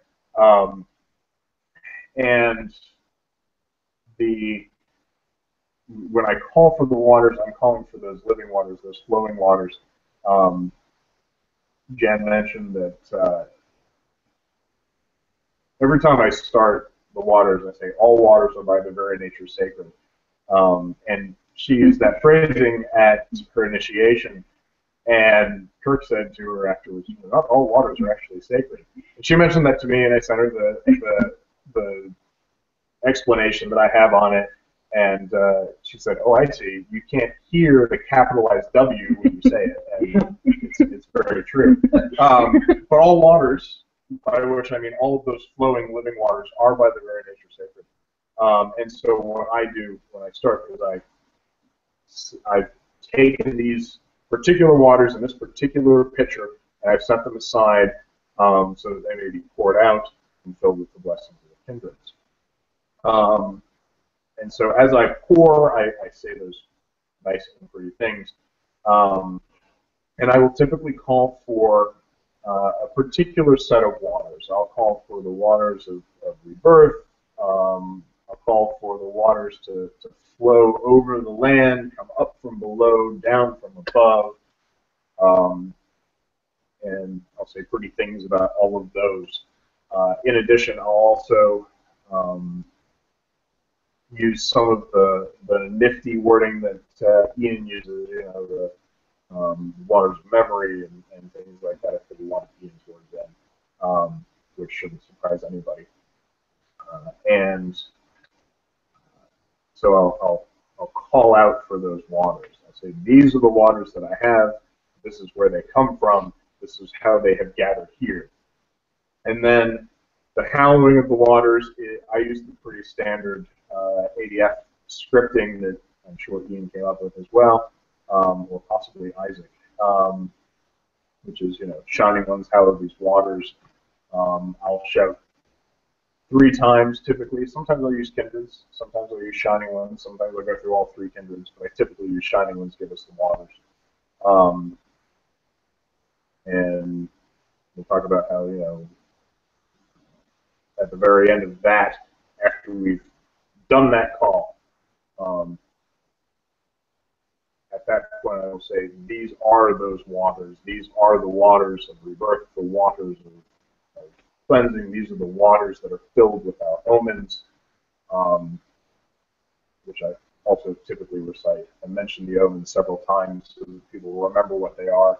I try not just to let the seer have the final say in what the omens were, just because they're going to say it once, and I'm going to say it probably between 3 and 6 times every time that I do this, so that they've got a key, so they're able to understand what those keywords were, and they can take them with them then. It's hard to remember a series of omens when you only hear them once, but if you hear them several times and you know that they're imbued in the waters and the waters are full of them, you can take those out into the world to work with them. That helps to sort of solidify them in the mind. And rather than forgetting all 3, you might only forget one of them. And then with the waters separated, hallowed, we say these are those waters. We pass out the waters, and then we affirm with typically in our group we would slanja. Esta. We all say different things. I had to look up how to spell that recently.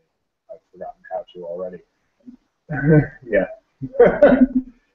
But yeah, it's three separate steps. The affirmation of the waters in Ian's mind, he explained it once to me as at the very end, the folk need to say, yes, we have received the waters. And I think that he likes to have it in those exact words. You know, folk, have you received the waters? We have. And I just like to say, you know, these are the waters, drink deep and receive them, or something like that. And as people, and then slanja, and then as people drink, they're affirming that they have indeed received. How do you make the omens stick in the waters? How do you put them in? Various ways. I've done a lot of different things with that. I've used the fire to sort of pull them in, to shine the light through. We've used toning, which Missy is very good with. I don't do it very often, mostly because I'm insecure in my personal voice when it comes to toning, and I don't like to do it a whole lot. Well, I don't like to lead it, is what I should say. I do like doing it, I just don't like leading it. And we've done that with, you know, random vowel sounds, which are probably the most common. We've done it with actual Galder and the name of the rune, where we've been using runes. Haven't done that a lot with Ogham, but I think we've done it once or twice with Ogham. Ogham words are much longer sometimes. And yeah, you've got many syllables, and it's hard to get everyone to change syllables at the same time. We've done that with Greek alphabet also? I didn't think so. So that's one way. Typically, though, what I'm doing is I will tell people, you know, these are the omens of, you know, protection and joy and I don't know, wealth. And I'll say, you know, take a moment now and think about how you can use these in your own life. This blessing of protection, of joy, and of wealth. And then think about how you can use it, how we together as a group can use protection and joy and wealth. And then think about how we as a community can take these omens forth and walk with them and take them out into the world, these omens of protection and joy and wealth. If they were all that simple to say, it'd be really nice. But and then I'll say, you know, see these omens as they flow up from below. See the protection, the joy, and the wealth welling up from the earth. See it as it flows from the far edges over the land, over the bosom of the Earth Mother, which is a nice reference back, of course, to our DNA stuff. And see it as it flows down from the heavens and lands here in this cup, this blessing of protection and joy and wealth. And then I'll say typically something about the waters brightening and things like that. My scripting has gotten a lot more loose as I've gotten better at it. And so I change up a lot of what I say these days. One of the other things that I sometimes do, especially depending on the rite, but every so often I will talk about the winning of the waters. And the waters are won for us by the gods and the goddesses, the spirits, or often a particular spirit who has gone out and taken the waters from a being or a creature that has enclosed them or held them. And by virtue of the fact that we are doing the work that we're doing, we have that relationship to receive those waters. And much as the waters were freed in the mythical past, so are they freed today for us and drawn forth for us. And I'll use phrases sometimes like, Indra, who broke the back of the serpent upon the mountain, pour forth those waters, let them flow free as cows to the sea, or something like that. Can you talk a little bit about what you do when you cut off? With the sickle? Yeah. The sickle that we get as ADF consecrated priests, consecration means to cut off or to remove. And so I started using the sickle to do things that involve cutting things off from others. And I mentioned that I separate out the waters.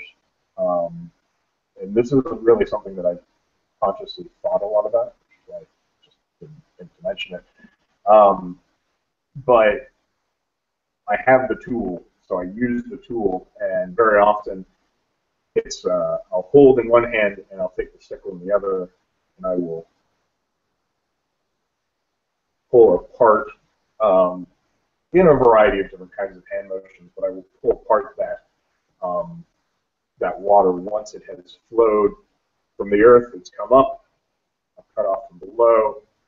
From the heavens, I'll cut off from above, and from the far reaches of the edge of the world, cut off over like that, just to signify that those waters are indeed separated out and have been cut off from all of the other waters out there so that they can receive that blessing, so that blessing can be there for them. How's that, Laura? Any other questions from anyone on that? No? Okay. We touched on, I know Missy and Sarah both talked about it a little bit, jumping back to Melita's question about the interaction of fire and water and the significance of the liturgy. So, how they together. Yes. Okay. Yeah, making some steam. So there are a variety of different places to look at fire and water. The first, of course, is the two powers meditation, which is a nice obvious fire and water thing. I don't think that I have to go over that one at all. There is, of course, as well the creation of the world, which often involves fire and water as well. And then there is, of course, the fire born of the waters, as the living waters give birth to the living flame, which I've also covered in depth, so I don't need to talk too much about. But those are kind of the mythological backdrops. The question specifically asks about the interaction of fire and water in ritual. And there are some key places where both fire and water appear together, or separately in some cases, in ritual. One of them is, of course, the two powers.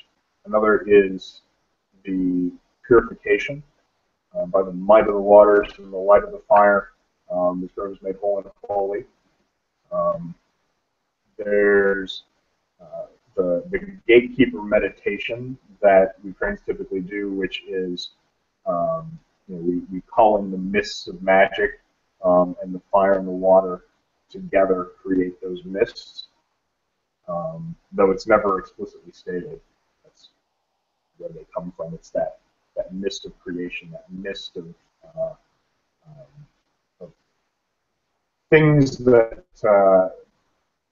mist from which things can arise. So again, mist of creation, liminal space, betwixt and between. There is the order of the heavens. So the sun as that big fireball in the sky, and the waters of chaos, the waters of the well, coming up from below. So that's another place where they intersect. And then the blessings getting put into the waters being compared to the fire, and the fire being the way that the cauldron is warmed for those blessings in some cases. And we've done that a lot in Unity Rites, where we have warmed the cauldron, the Unity cauldron, by placing fire around it. and that's another one of those places where it all intersects. Yeah, and I think that the ritual significance of it really is that sort of primordial connection. Just trying to get back to the question. It is that sort of primordial connection where fire and water create the space from which things can be created. It is the you cannot create with chaos alone. You cannot create with order alone. You need both, and both have a little bit of each in them. But to have those two forces come together and be in that place at that time, that's where that holy stuff of magic comes from. When you think about the two powers and Ian's description of the third power that occasionally appears when the fire and when the fire from the heavens and the waters from the earth meet in the person who's doing two power meditation, there's this talk about the holy stuff of magic, and the third power, the voice, the word that comes out. It's the Ian describes it as that primordial sound, which is a very Hindu way of looking at sound and voice. If you're filled with the powers, you will have that urge to make that tone, and sometimes that ends the two powers meditations in some groups. I tend to see it as the formed word, Vak in Vedic lore. It is not unformed sound, but formed word that comes out of those two powers. It is the ability to create something of meaning and of use. Okay, so Michael just touched a bit on the unity rite, and I know that's one of the questions that I had a hard time with in ritual mechanics, because there's like one 3-point FAQ on the website that talks about it, but then you have to explain it. So, Mizzy, I'm going to jump over to you and let you talk about what you feel about the unity rite, and then Sarah, and then I'll come back to Mike, who can give some history on where it comes from. So, can you restate that? I'm sorry, you cut out a little bit. Sorry.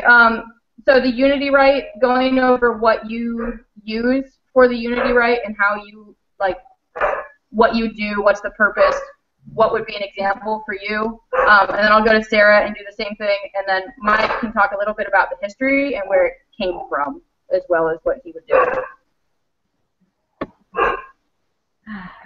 As an extrovert, I also love the unity rite, also because it ties heavily in my brain to the waters.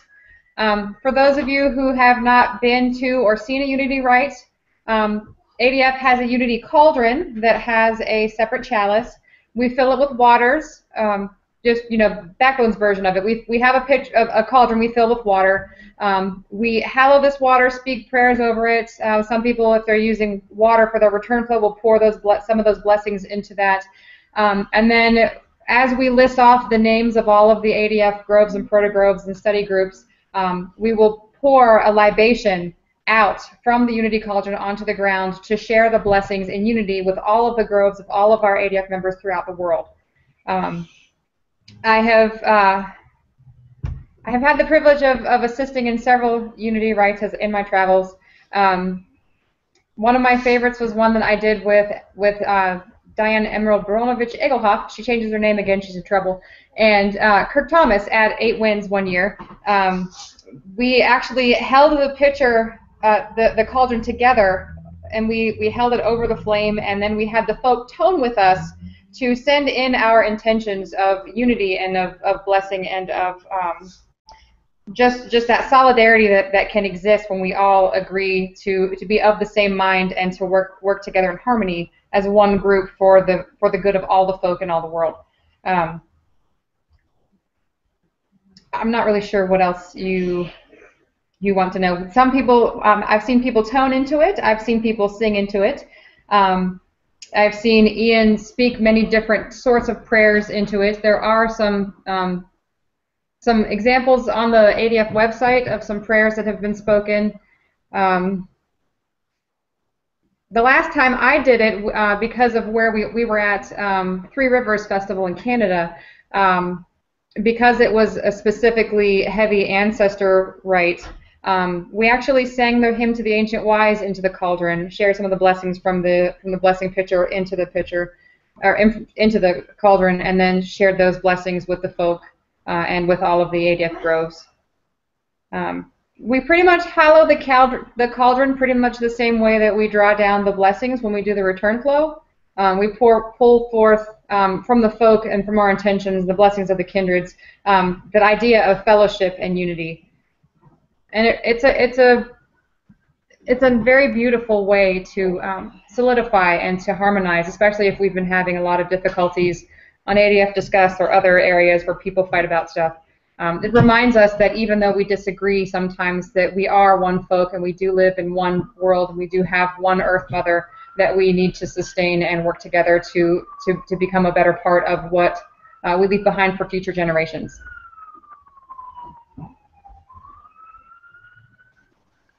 Thanks, Missy. Sarah, I'm going to jump over to you. Okay. So Missy said a lot of it. And I really don't know that I have terribly much to add, because honestly, I've only been to like 2.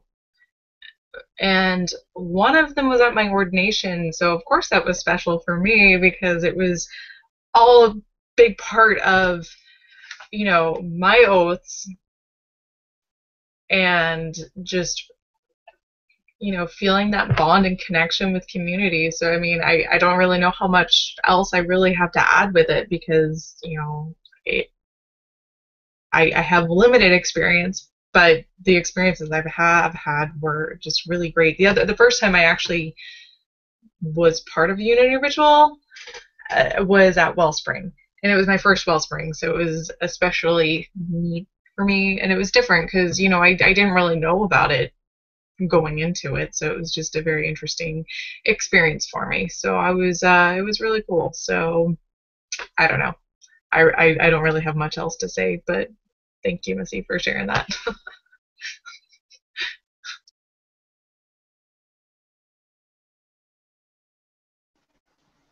Okay, so I'm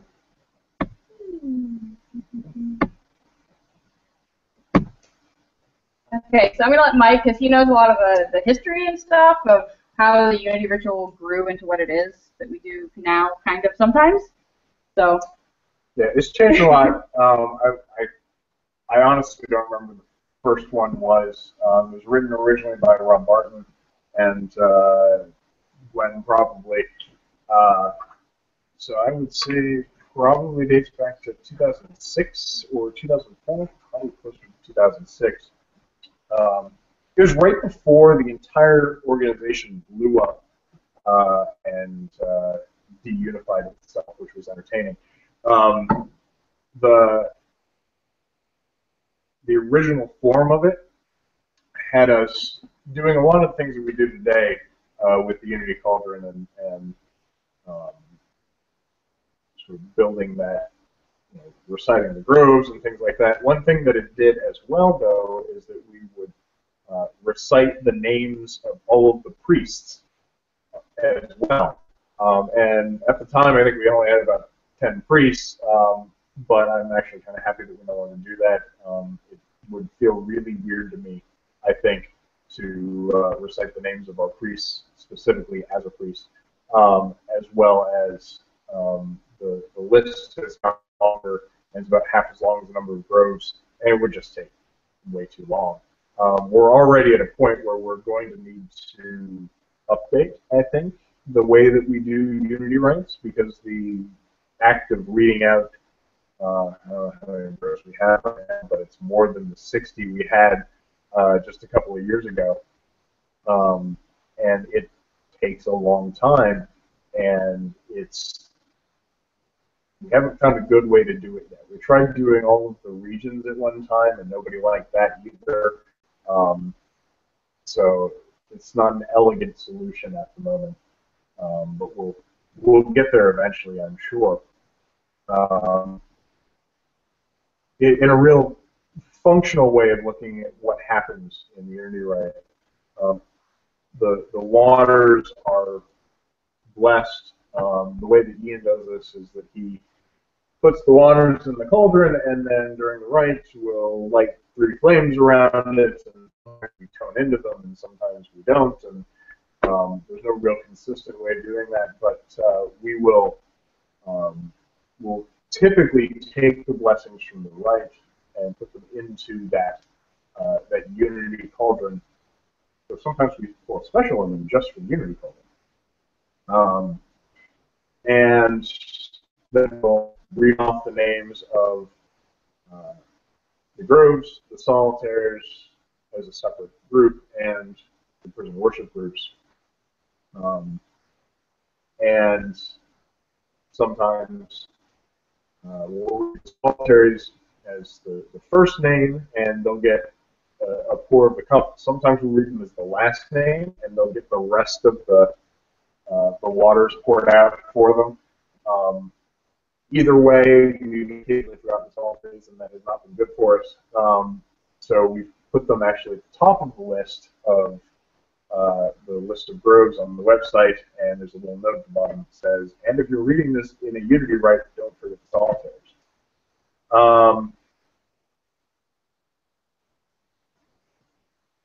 I got lucky to, for a couple of years, I held on to the Unity Cauldron in between the festival season. And it would come back to me, and I would send it back out. So I got to spend a lot of good quality time with the Unity Cauldron.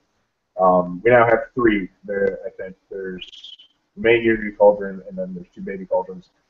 One is down in Canada, and one to the west coast, I think. I don't actually recall for sure. Missy's nodding her head saying yes. Okay, yeah. But I got to spend a lot of time cleaning it and boiling the waters because they get kind of funky after a while if you're not actively taking care of them. Because we do hold out a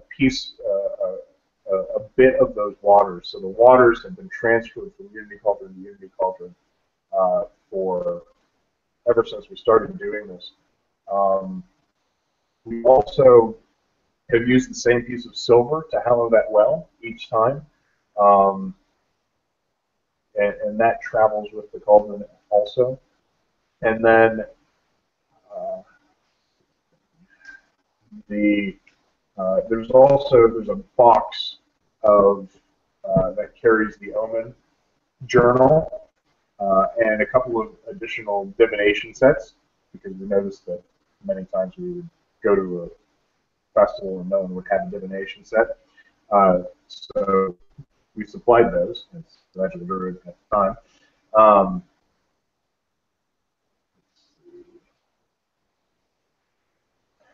There's also an altar cloth that goes with it as well.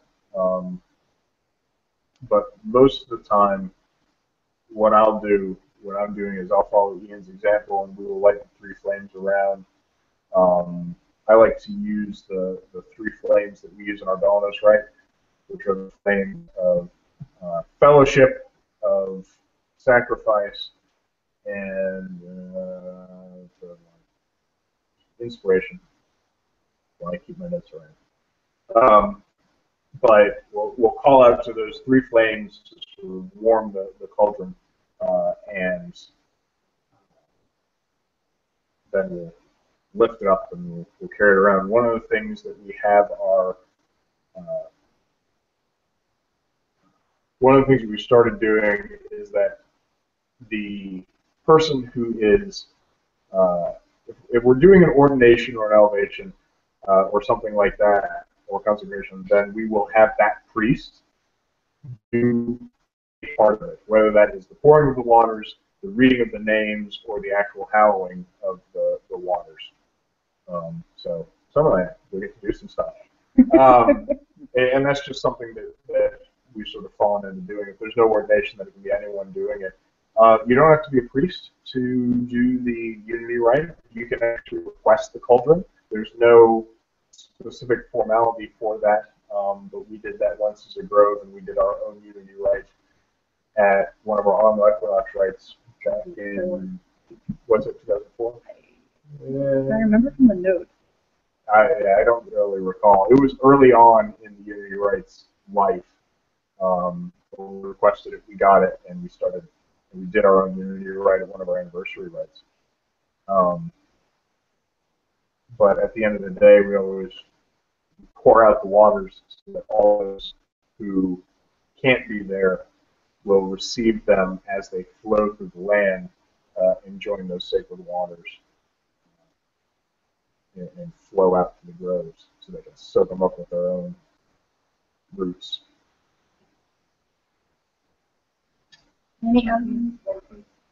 What's that? At one point it was leaking, but right now I believe it is watertight. They fixed that a couple of years ago. Can you say one more time what the three flames were? Sacrifice and Sacrifice, inspiration, and community. They're the three that I use. They're not efficient. It's just me. But now you've said them Now I've said out loud in front of people. Now it's official. Any other questions? Laura, how are you feeling about your ritual mechanics?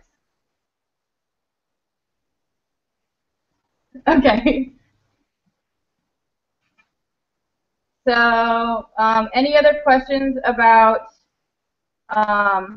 liturgy in general, or how to do stuff in ritual?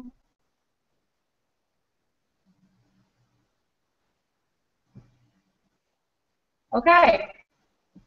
Then I'm going to say thank you to our priests who showed up to help answer these questions. And I'm going to take us off broadcast mode so that when we post this, it won't keep going.